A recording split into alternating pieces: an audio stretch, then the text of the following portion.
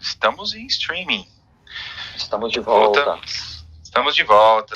E aí, Exatamente. voltando ao nosso assunto, a gente estava falando aqui sobre a importância do networking nas relações entre as relações comerciais, na verdade, que não só acontece desse lado, principalmente, mas ele leva também outros aspectos da nossa vida. E aí eu ponderando aqui nessa conversa, da gente entender de fato, e aí a primeira pergunta que eu faço para você é: como continuar a fazer networking quando eu não posso sair de casa porque existe uma pandemia do lado de fora da porta? Como é que eu faço, cara? Essa é uma ótima pergunta. Essa é uma pergunta, eu diria que é até mais fácil você fazer networking quando você está distante do que quando você está presente, tá? E por que isso? Porque, na realidade, o networking ele é muito baseado no grau de confiança que você tem na pessoa com quem você está negociando e o grau de confiança que aquela pessoa tem em você. Quando você está presencialmente conversando com um cliente seu, né, em geral você está falando com uma pessoa. Então você estabelece uma relação única e você tem que dedicar todo o seu tempo para aquela pessoa. Nesse mundo cada vez mais virtual, onde a gente tem 50 calls por dia, 10 videoconferências, não sei quantas lives, é muito mais fácil você partilhar o seu tempo entre diversas pessoas e estabelecer relações de confiança, mesmo que sejam fragmentadas, mas todos os dias você está na mente do seu cliente. Então o mundo virtual ajudou a gente a fazer esses relacionamentos, mesmo estando mais distantes. Mas a pergunta que eu faço para você é o seguinte: Salles, como é que então a gente pensa em métodos e processos para fazer isso funcionar? Manter o modelo de confiança, fazer essas coisas acontecer. Aí a pergunta é, na verdade, existe método ou simplesmente vamos lá dar a cara para bater? E se você é uma pessoa que não tem muita vergonha de se expor, e como é que a gente faz? Como é que a gente faz da maneira que a gente precisa fazer para manter esse grau de confiança, como você mesmo comentou, né? Respondendo a sua pergunta, existem metodologias que você usa para poder fortalecer o grau de relacionamento que você tem com as pessoas, mas é meio que intrínseco do vendedor ser um cara extrovertido, né? Então, assim, obviamente, se você é uma pessoa mais introvertida, é mais difícil para você estabelecer relações de confiança, porque você acaba não conseguindo externar muito os seus desejos, suas vontades. Então, parte-se do princípio de que o vendedor é um cara mais extrovertido, é um cara que gosta de manter relações, é um cara que gosta de estar em contato com pessoas. Então, isso já, começando por aí, já é bem mais fácil, tá? Então, vamos partir dessa premissa. Mas só que aí a gente tem que dividir, né? Eu sou vendedor, né? O meu nome é Luiz Salles, é Luiz Sales, porque eu sou vendedor desde nascença, né? Mas existem perfis de vendedores completamente diferentes, né? E esse perfil, ele é desenvolvido com o tempo. Uma coisa interessante é você analisar o perfil do vendedor, né? O linguajar comum na área de vendas é o vendedor hunter, que é o caçador, né? Aquele cara que sai com a arma embaixo do braço e vai atirando nos clientes à medida que ele consegue encontrar. E tem o perfil do vendedor farmer, que é o fazendeiro, aquele cara que gosta de cultivar relações, né? Então ele vai lá, joga a semente, depois ele vai no dia seguinte, joga água, depois ele vai, coloca um adubo, ele vai lá, faz carinho na planta. Então existem dois tipos de vendedores completamente diferentes. E o networking funciona também completamente diferente dependendo do perfil do vendedor que a gente está falando, tá? Existem metodologias para as duas coisas, tanto para o vendedor farmer quanto para o vendedor hunter. Tá? Podemos falar mais sobre isso aqui ao longo da nossa conversa. Tá bom. Farmer e hunter. O hunter é aquele que vai lá e começa a cavucar. Como o cara da linha de frente. Como cavucar novos relacionamentos nesse momento que eu não posso sair? Basta pegar o telefone e usar alguma outra ferramenta? O que se usa ultimamente para fazer isso? Então, a gente está falando em vendas, networking para vendas, principalmente para venda de networking, né, que é uma venda puramente B2B. Né? Então, quando a gente fala de vendas B2B, né, é muito difícil você conseguir vender uma solução, um equipamento, qualquer coisa do tipo no cold call, né, de você passar a mão no telefone, ligar para o cara e falar: sou da empresa tal, sou revendedor da Cisco, tenho uma carteira tanto e eu queria apresentar minha solução para você. É cada vez mais difícil você conseguir uma abertura de portas numa ligação fria dessa, né? Seja um e-mail, seja uma ligação, seja um WhatsApp, seja um e-mail marketing, seja uma ação de marketing digital, onde você tem um CRM funcionando por trás, uma solução da RD Station. Quer dizer, as maneiras de contatar o cliente hoje em dia são as mais diversas possíveis. Você consegue ser extremamente ousado nas suas estratégias de marketing digital para chegar nesse cara. Só que nada é tão eficiente quanto o relacionamento. Nada. Então, assim, quando você realmente consegue construir uma rede de relacionamento, principalmente no segmento onde você está atuando, a chance que você tem de fazer uma primeira chamada de sucesso, não sendo uma chamada fria, é muito grande. E a chamada fria, o que é? Cara, você tem o lead só. Então, esse lead você capturou por uma campanha, você capturou por uma peça publicitária ou por um evento que eventualmente você promoveu e veio um monte de gente participar desse evento, uma live. Então, você pegou vários leads e você começou a fazer contatos frios com essa pessoa. Você, enquanto vendedor hunter, se você perder um pouco mais de tempo pesquisando a respeito desse cara, desse lead, a chance de sucesso é muito maior. Porque vou usar um exemplo simples, tá?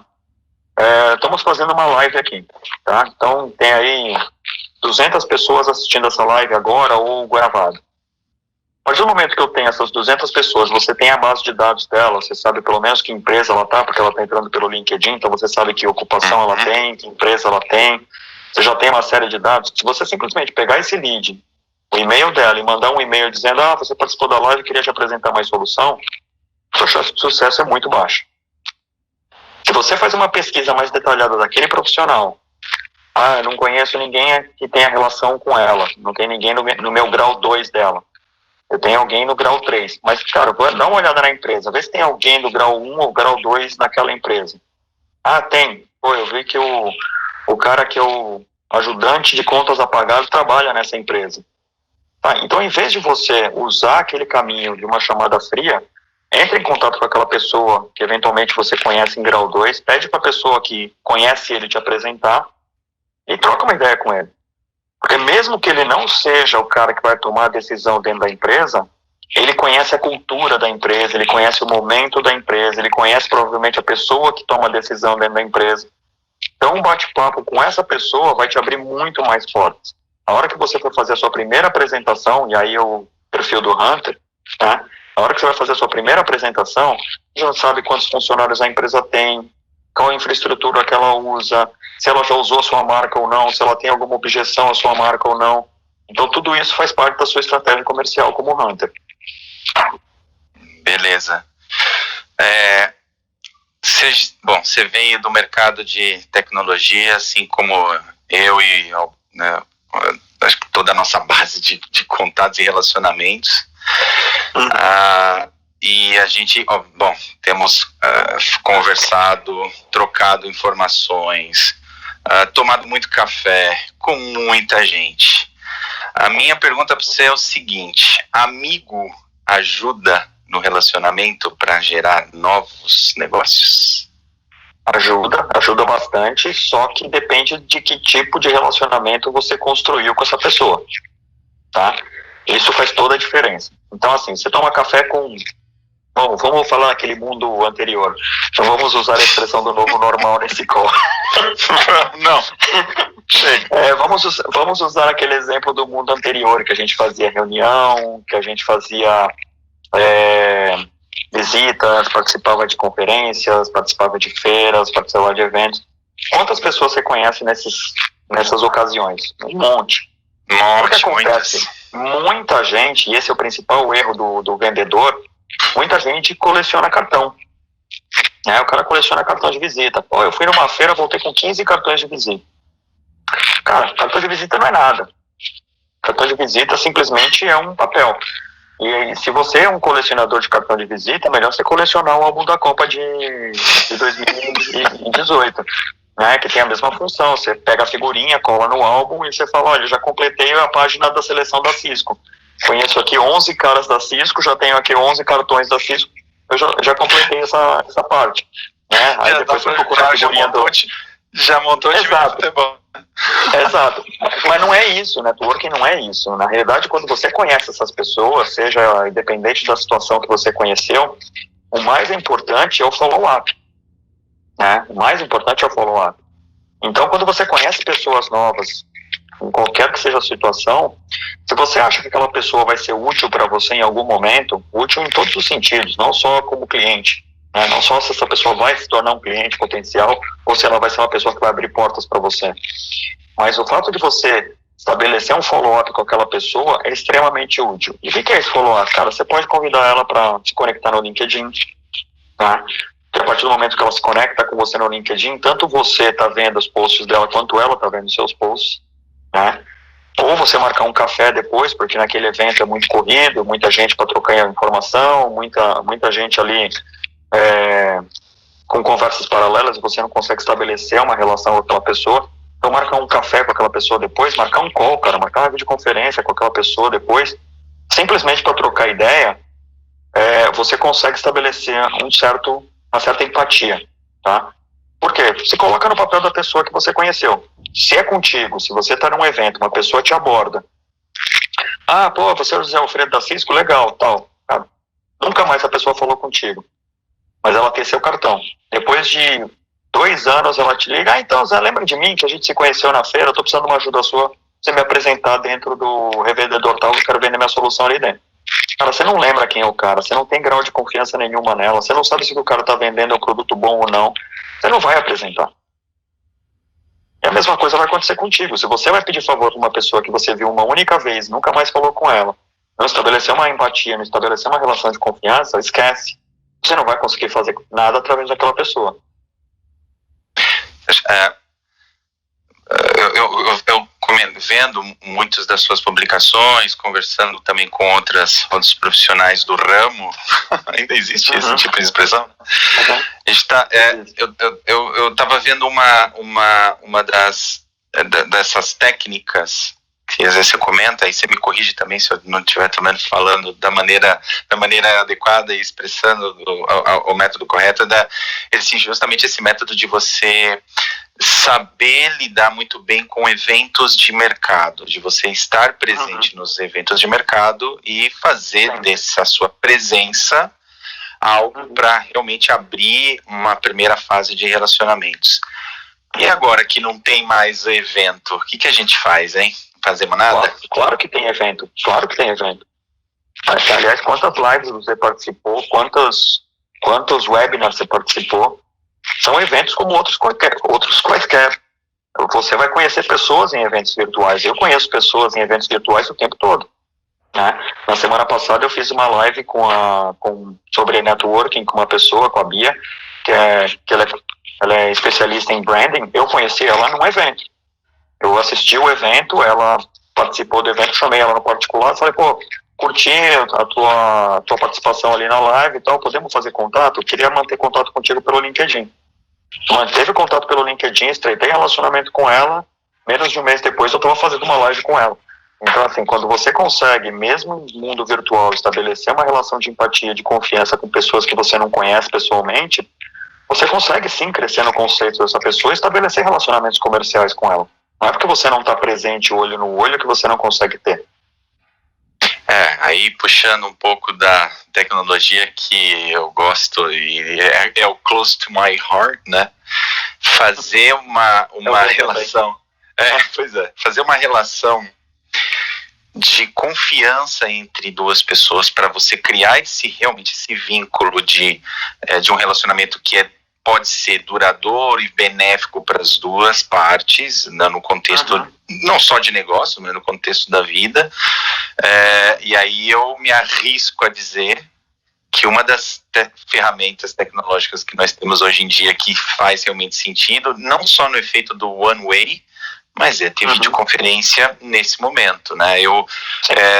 A gente já fez também uma live, a gente já fez uma live juntos, a gente até comentou sobre isso, né? Assim, como é que a tecnologia ajuda a ter também essa quebra da barreira física em função de como a tecnologia pode ajudar as pessoas a se conversar. E aí, eu queria comentar com você o seguinte: live é legal, webinars para lá e para cá, mas os modelos de webinars que a gente assiste, né, são normalmente modelos One Way. E aí você deu um exemplo da Bia, da Beatriz, que eu também assisti, foi muito bacana, né?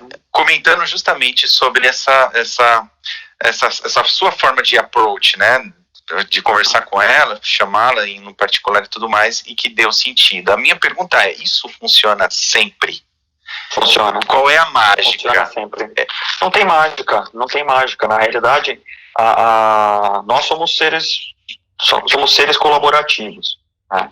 Nós nascemos, a nossa evolução de Homo erectus, de Homo sapiens, quem não leu ainda o livro Sapiens, leia, porque é muito bacana, ele explica muito sobre a nossa evolução como seres sociais, mostra que nós somos seres colaborativos. Então, se tem alguém assistindo essa live que nunca falou comigo, ou convidados meus que nunca falaram contigo, né, e depois dessa live gostou do assunto, gostou do tema e quer conhecer um pouco mais, e vai entrar em contato comigo ou contigo, falando, pô, cara, achei super bacana aquilo que você falou, tal, gostaria de manter contato profissional contigo aqui pelo LinkedIn. Pode ser? Cara, se eu tô vendo que aquela pessoa é uma pessoa que realmente tem a ver com um tipo de pessoa que eu gosto de me relacionar, né, pessoas de segmentos mais diversos possíveis, pessoas que têm mente aberta, que querem aprender, que querem colaborar e tal, eu prontamente vou aceitar. O que eu não aceito de contato, muitas vezes, são pessoas que querem se beneficiar da sua rede. Então, o cara te manda convite porque fala, pô, eu tô vendo que você conhece o presidente da Samsung, eu queria me conectar contigo para poder pedir favor. Esse tipo de pessoa, eu não vou aceitar. Tá? Eu peço desculpas por te interromper, porque eu vou fazer uma pergunta capciosa.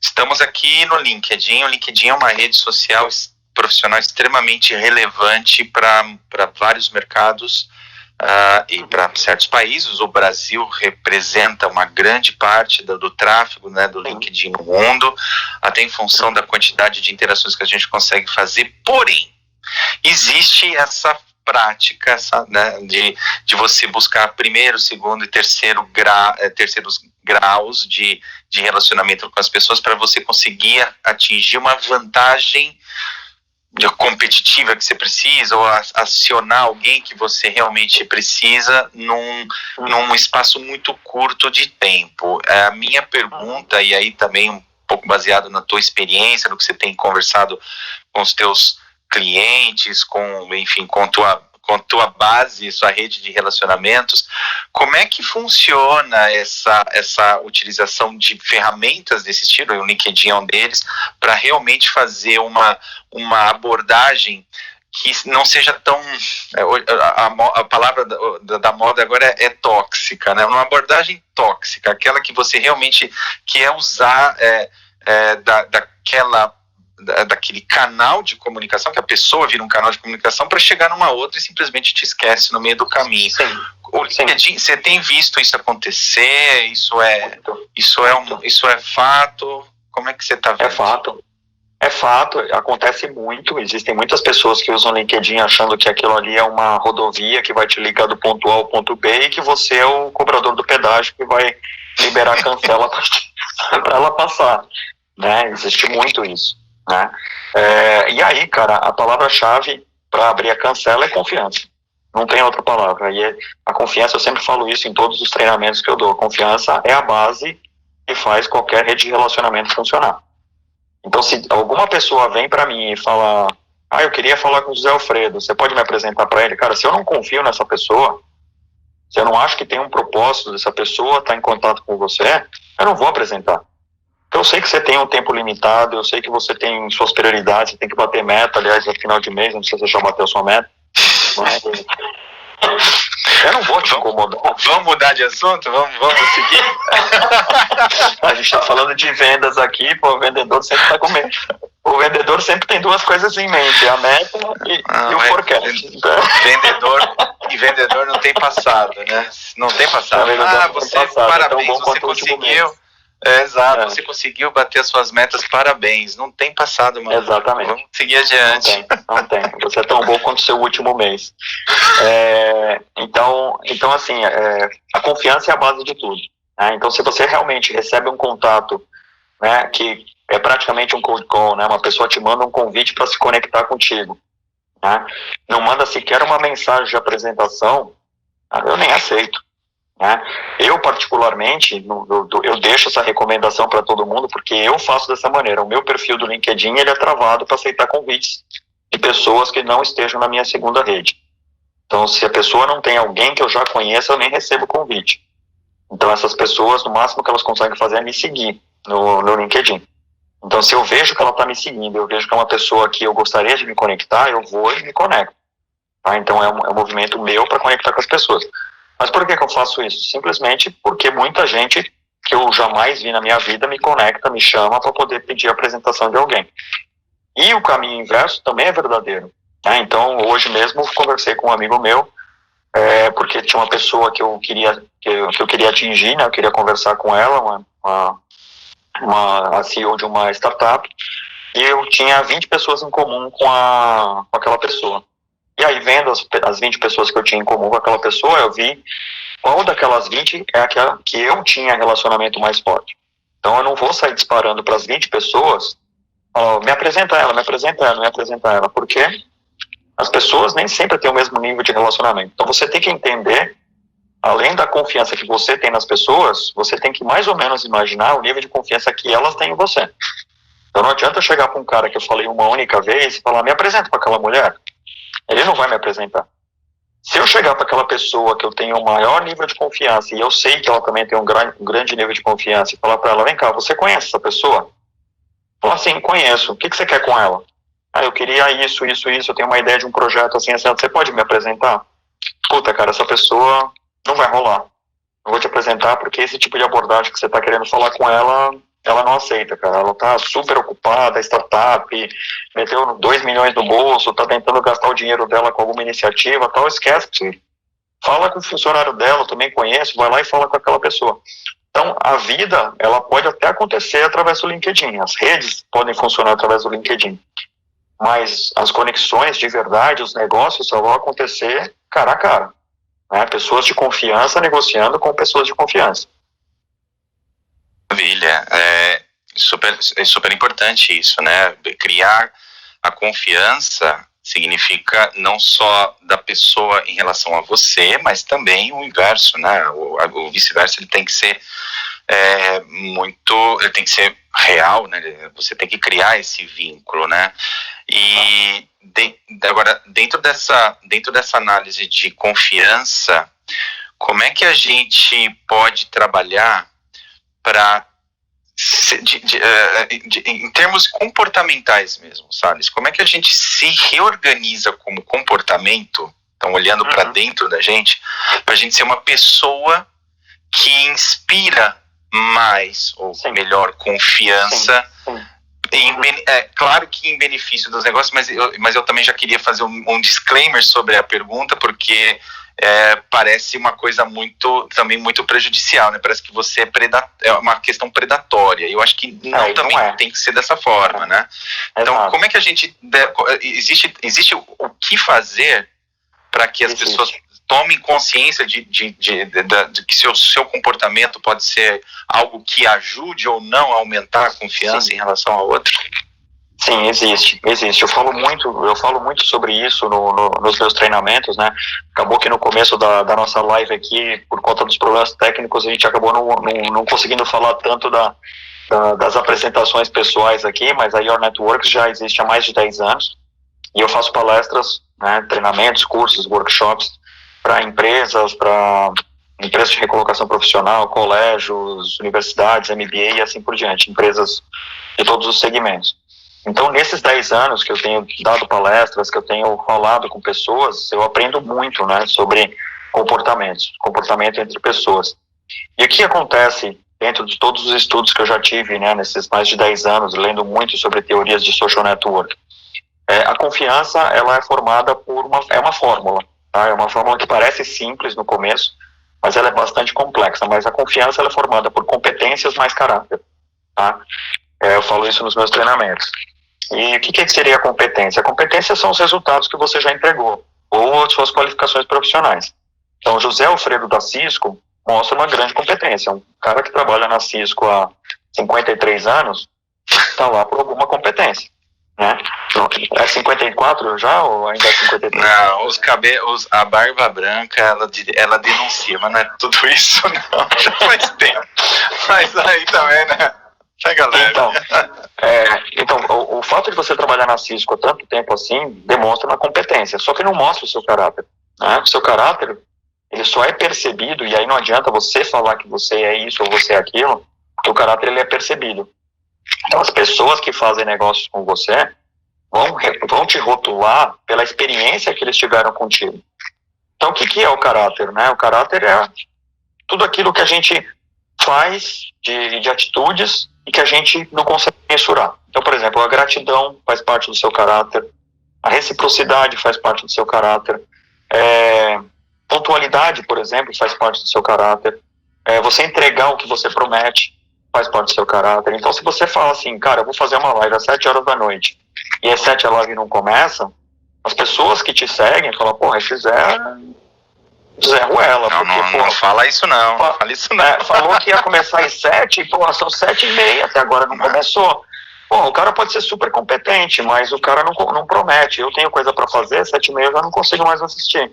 Então, mesmo sem você querer, a sua reputação, né, o seu caráter foi depreciado se aquela pessoa não entende que houve um problema técnico, se ela acha que foi simplesmente uma falta de respeito sua.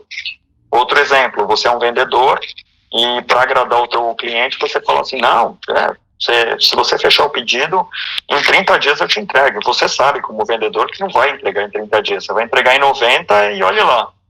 Só que para fechar o pedido você promete uma coisa que você não consegue cumprir. A gente conhece um cara que trabalhou com a gente que fazia muito isso. E aí o que acontece? Passa 30 dias, o cliente começa a te ligar e você foge dele, porque você sabe que você não tem desculpa. Aí você vai falar do pallet que precisava ser fumegado e a mercadoria ficou parada no porto, ficou 30 dias para fumegar o pallet. Você lembrou dessa história, né? Piada interna, essa, parabéns. E aí depois de 60 dias, o cliente não te aguenta mais, porque as suas desculpas não acabam, e aí, quando você realmente decide abrir pro cara que houve um problema, cara, como é que tá teu caráter? Já era. Esse cara jamais vai fazer negócio de novo contigo, independente da empresa que você esteja, porque o caráter é seu, não é da empresa. Né?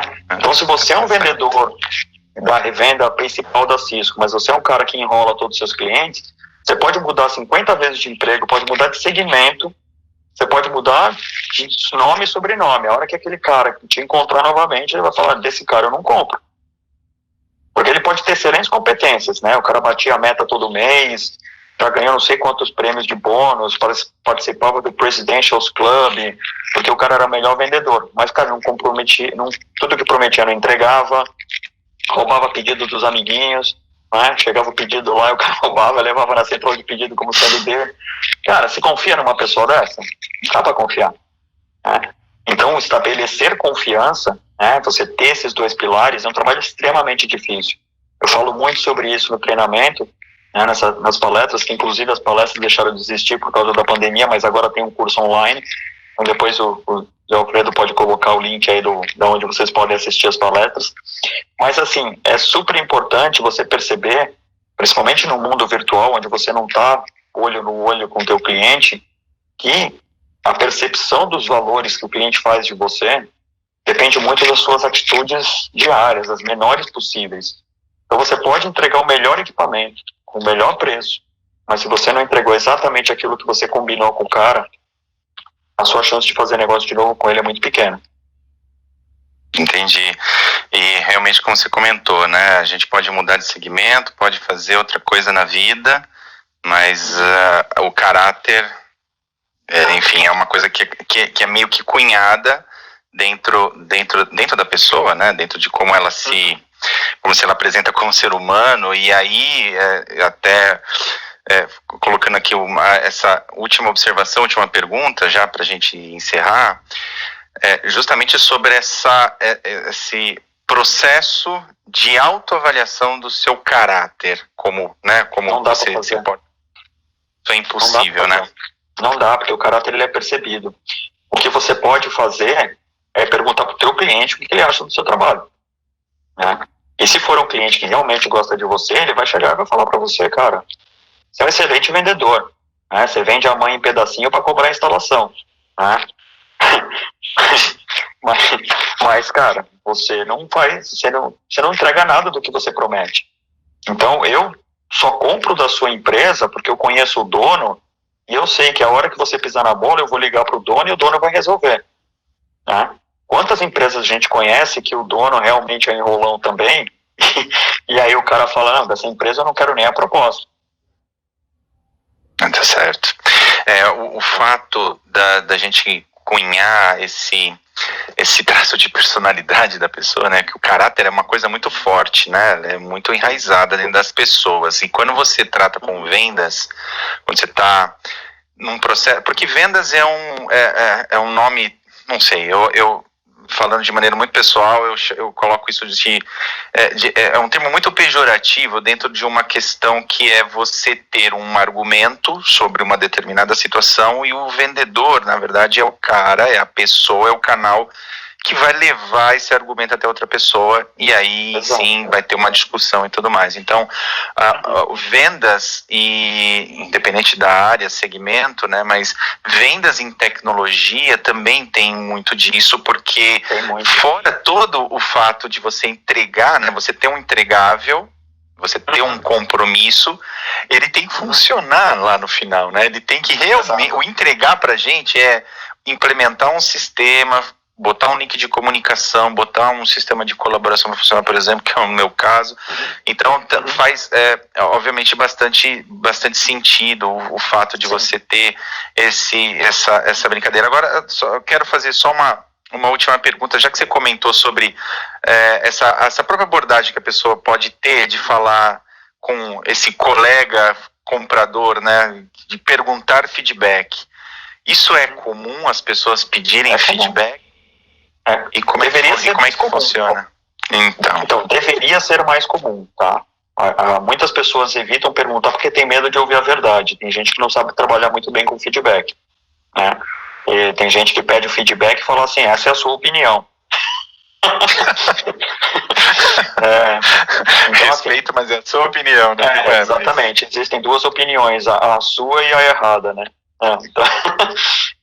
Então, assim, o que acaba acontecendo, e aí falando muito do cenário de vendas B2B, as tomadas de decisões no mercado B2B, elas são extremamente complexas. Você tem 10, 15, 20 pessoas participando de uma decisão.